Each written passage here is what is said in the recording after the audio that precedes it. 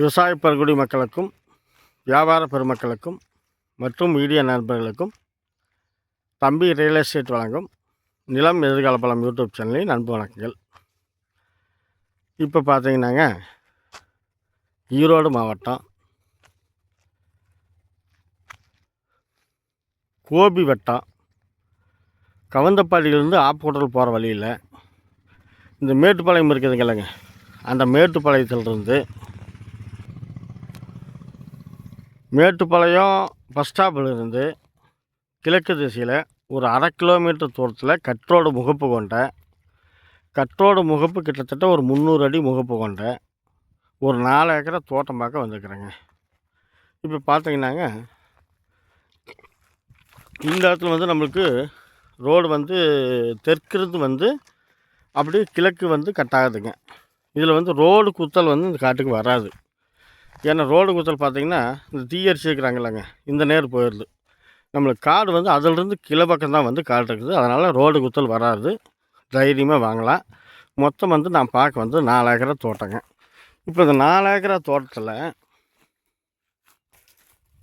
இந்த பகுதி தான் பார்த்திங்கன்னா குபேர மூலைங்க. அதாவது இந்த 4 ஏக்கரை தோட்டத்துக்கு உண்டான குபேர மூலை இதுதான். இப்போ இதிலிருந்து நம்மளுக்கு பார்த்திங்கன்னாங்க, வாயு மூலைக்கு ஒரே நேர் தான் வருது. எல்லாமே சுற்றுப்புள்ள மாதிரி தென்னம்பிள்ளை வச்சுருக்கிறாங்க.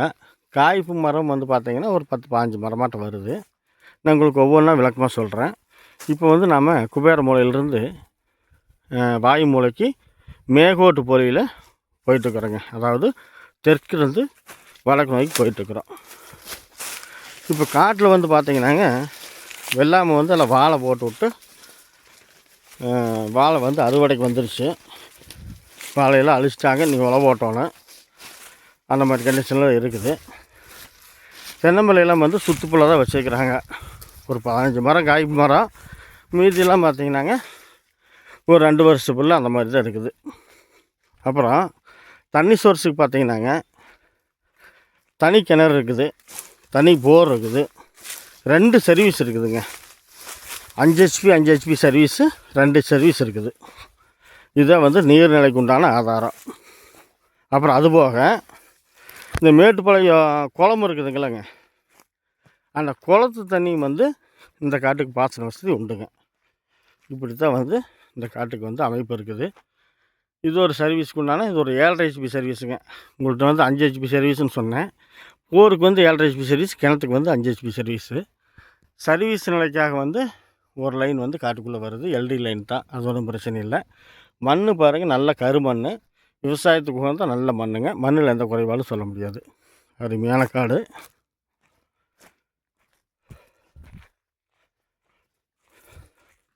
நம்ம குபேர மூலையிலிருந்து வாயு மூலைக்கு போயிட்டுருக்குறோம்.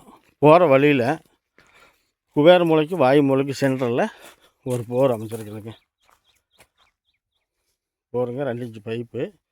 நீர்நிலை இந்த ஏரியா பொறுத்தளவுக்கு நீர்நிலை எந்த குறைபாடும் சொல்ல முடியாது. என்ன காரணம்னு கேட்டால், பக்கத்தில் இந்த மேட்டுப்பாளையம் குளம் இருக்குதுங்களேங்க, அந்த குளம் பக்கத்துலேயே இருக்குது.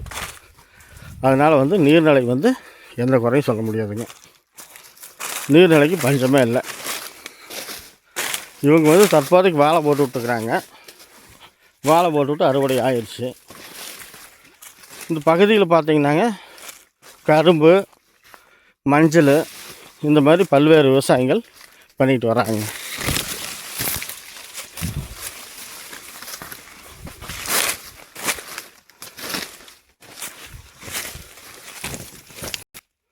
அதாவது காடு ஒரு நல்ல ஒரு நீளங்க, ஒரு 600 அடி 700 அடி ஆட்டம் நல்ல ஒரு நீளம் வருது. அந்த மாதிரி நல்ல நீள அகலம் கொண்ட ஒரு காடாக அமைஞ்சிருக்குது.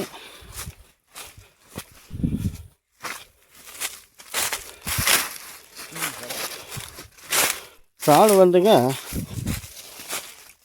வாழை போட்டு அழிச்சதுனால இன்னும் தார் ஒரு சில மரத்தில் தார் இருக்கிறதுனால அவங்க வாழையை அழிக்க முடியல. வாழையெல்லாம் அழித்து நல்லா உழவு போட்டினாங்கன்னா காடு இருக்கிற அமைப்பு வந்து நல்லா இருக்குங்க. அதே மாதிரி எந்த மூலையும் கட்டாகாமல் ஒரு நல்ல செவ்வக டைப்பில் காடு வந்து அமைஞ்சிருக்குதுங்க. இப்போ பார்த்தீங்கன்னாங்க, நான் பார்க்க வந்த 4 ஏக்கராவுக்கு இதை வந்து நம்மளுக்கு வாயு மூலையாக இருக்குது. வாயு மூலை கட்டாகல, நல்லா இருக்குது. இப்போ வாயு மூலையிலேருந்து ஜல மூலைக்கு நான் போடுறேங்க. என்ன அப்படின்னா, வாயு மூலை வந்து கொஞ்சம் குறைவாக காணப்படுது. வாயு மூலை பகுதியில் அகலம் கம்மியாக தான் வருது, ஒரு 100 அடி தான் வரும். இதெல்லாம் வந்து நான் பார்க்க வந்த காட்டுக்கு கிழப்பக்கமாக இருக்கிற காடுங்க, பக்கத்து காடு. இதெல்லாம் பார்த்திங்கன்னா நல்லா சிறப்பான ஒரு கரும்பு வெள்ளாமல் ஓட்டுருக்குறாங்க. அருமையாக தண்ணி பாய்ஞ்சிட்ருக்குது. நல்ல ஒரு சிறப்பான காடாக அமைஞ்சிருக்குதுங்க. இப்போ நான் பார்க்க வந்ததில் இதுதான் வந்து வாயு மூலை கட்டாகலை. இதிலிருந்து ஜல மூலைக்கு எப்படி இருக்குதுங்கிறத உங்களுக்கு நான் சொல்கிறேன். ஒரே நேருதான் கல்லுக்கட்டு போலி. இதில் நேராக நம்ம வந்து வாயு மூலையிலிருந்து ஜல மூலைக்கு போகிறோம். ஜல மூலை என்ன கண்டிஷனில் இருக்குதுன்னு அப்படி போய் பார்ப்போம். இந்த பாக்கு மரமெல்லாம் வந்துங்க, நான் பார்க்க வந்த காட்டுக்கு பக்கத்து காட்டில் தான் போட்டுக்கிறாங்க. நான் பார்க்க வந்த காடு முழுசுமே பார்த்திங்கன்னா வாழை தான் போட்டு விட்டுருக்குறாங்க. இந்த மாதிரி தான் அமைஞ்சிருக்குது.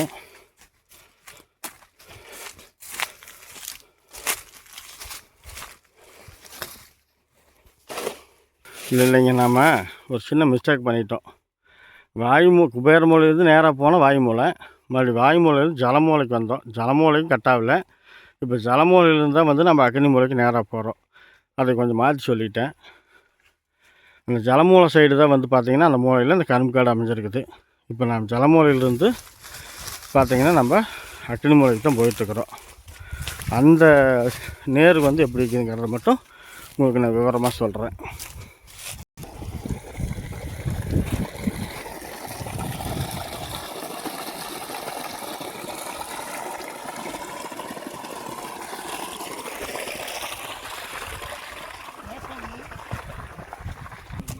இப்போ இந்த தண்ணி ஊற்றிட்டு இருந்துச்சுங்களாங்க, அந்த தண்ணி ஊற்றிட்டு இருந்தது பார்த்திங்கன்னா பக்கத்து காட்டில் கரும்பு காட்டுக்கு தண்ணி பாய்ஞ்சிட்டு இருக்குது.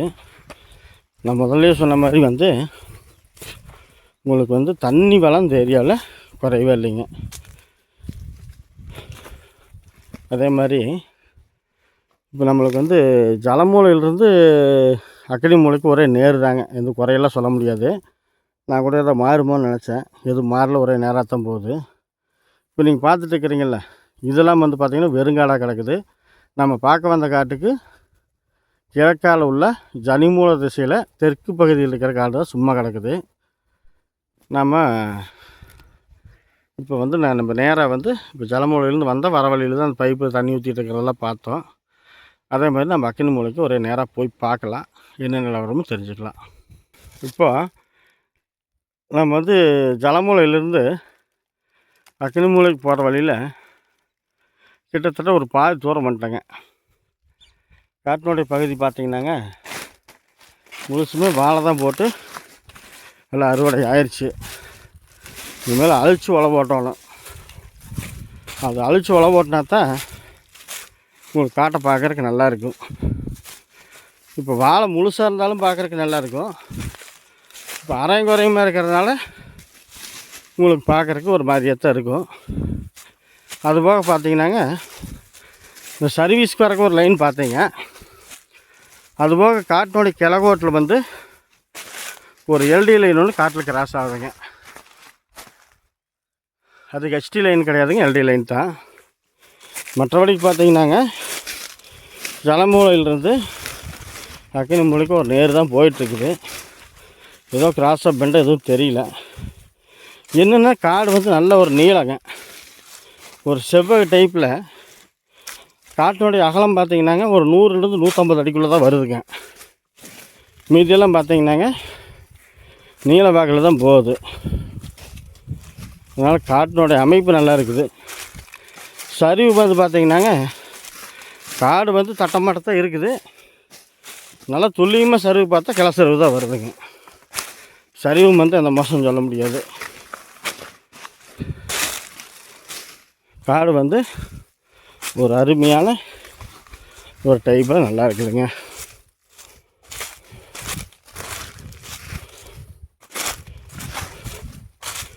கிணத்து பார்த்துடலாங்க. போர் பார்த்துட்டோம். தனி போர், தனி சர்வீஸு. அதே மாதிரி கிணத்துக்கும் தனி சர்வீஸு. ஒரு 7.5 HP சர்வீஸு, ஒரு 5 HP சர்வீஸு. இப்படித்தான் காட்டினுடைய அமைப்பு இருக்குது. இப்போ நாம் வந்து அக்கினிமலை பார்த்தோம்னா வீடியோவை இதோட முடிச்சுக்கலாம்.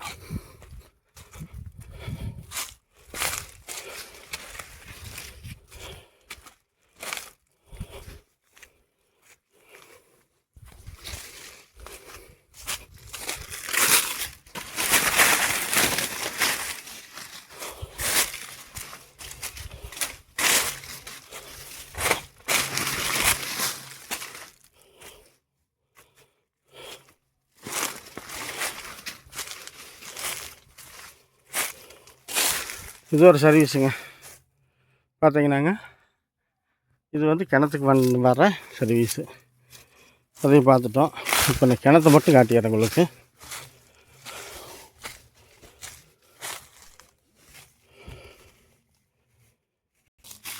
இதாங்க நான் பார்க்க வந்த 4 ஏக்கராவுக்கு உண்டான கிணறுங்க. நல்லா பாம்பேரி கட்டி ஒரு சிறப்பான முறையில் ஒரு நல்ல கிணறு அமைஞ்சிருக்குது. தண்ணி வந்து பார்த்திங்கன்னா நம்ம ரோடு பேஸ்லேருந்து ஒரு 20 அடிக்கு கீழேயே வந்து தண்ணி இருக்குது. தண்ணி மேலே கிடக்குது. அருமையான தண்ணி. தண்ணிக்கு வந்து இந்த ஏரியா எந்த குறைபாடுகளும் இல்லை. இப்படி தான் வந்து இந்த காடு அமைஞ்சிருக்குதுங்க. இந்த காட்டினோட விலை வந்து பார்த்திங்கன்னாங்க ஒரு ஏக்கர் வந்து 1,35,00,000 ரூபா சொல்கிறாங்க. எவ்வளோ சொல்கிறாங்க? ஒரு காடு வந்து ஒரு ஏக்கரை வந்து 1,35,00,000 ரூபா சொல்கிறாங்க. மொத்தம் 4 ஏக்கரை. அகலம் வந்து ஒரு 150 அடியும், நீளம் வந்து ஒரு 700-800 அடியும் அந்த மாதிரி வருங்க. இப்படி தான் ஒரு செவ்வக டைப்பில் அமைஞ்சிருக்குது. காடு வந்து கிழக்கு சிறப்பாக அமைஞ்சிருக்குது. தென்னை மரம் வந்து ஒரு 30 மரம் வருங்க. அதில் ஒரு 20 மரம் காய்ப்பு மரம். மீதி ஒரு 40-50 மரம் வருங்க. அதில் 2 வருஷ மரம் வந்து ஒரு 20 மரம் வரும். காய்ப்பு மரம் வந்து ஒரு 20 மரம் வருங்க. இப்படி தான் வந்து காடு அமைஞ்சிருக்குது. விலை வந்து 1,35,00,000 ரூபா சொல்கிறாங்க. நேரில் வாங்க. பெருசாக குறையாதுங்கிறாங்க. அதிலிருந்து ஒரு கணிசமாக தான் குறையுதுன்னு சொல்கிறாங்க. பேசலாம் நேரில் காட்டுக்கார்ட்ட நேரில் பேசிக்கலாம். வேறு ஒன்றும் சொல்கிறக்கு இல்லைங்க. காடு பிடிச்சா லைக் பண்ணுங்கள், ஷேர் பண்ணுங்கள். தேவைப்படுற பட்சத்தில் உடனடியாக ஃபோன் பண்ணுங்கள். பக்கத்தில் வந்து ஊர் தான் குடியிருப்பு பகுதி.